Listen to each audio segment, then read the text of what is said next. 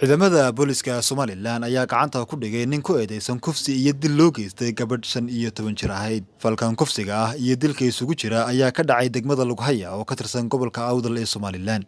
Taliyaha booliska Somaliland Maxamed Aadan Saqadhi Dabagale ayaa telefishinka Home Cable u xaqiijiyay in ciidamada booliisku ay gacanta ku dhigeen xalay eedeysanahaasi maantana ay gudbiyeen xabsiga ku yaala magaalada Boorama. Dhinaca kale taliyaha ciidamada boolisku ayaa xaqiijiyay in shaqadii laga ruqseeyay askari si ansaxa ka fog wadada dhexdeeda ugu garaacay ruux dumar ah oo loo maleynayo inay ardayad ahayd.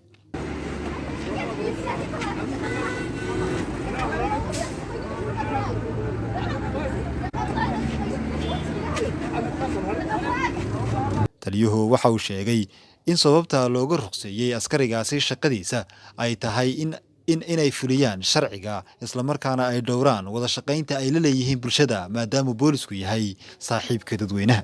Tallaabooyinka ay ka qaadeen labadan dhacdo ee kala dambeeyay ayaa muujinaysa dadaalada ciidamada booliska Somaliland ay ugu jiraan sugidda amniga iyo ilaalinta sarreynta sharciga. Cabdulqaadir Carab, Home Cable TV.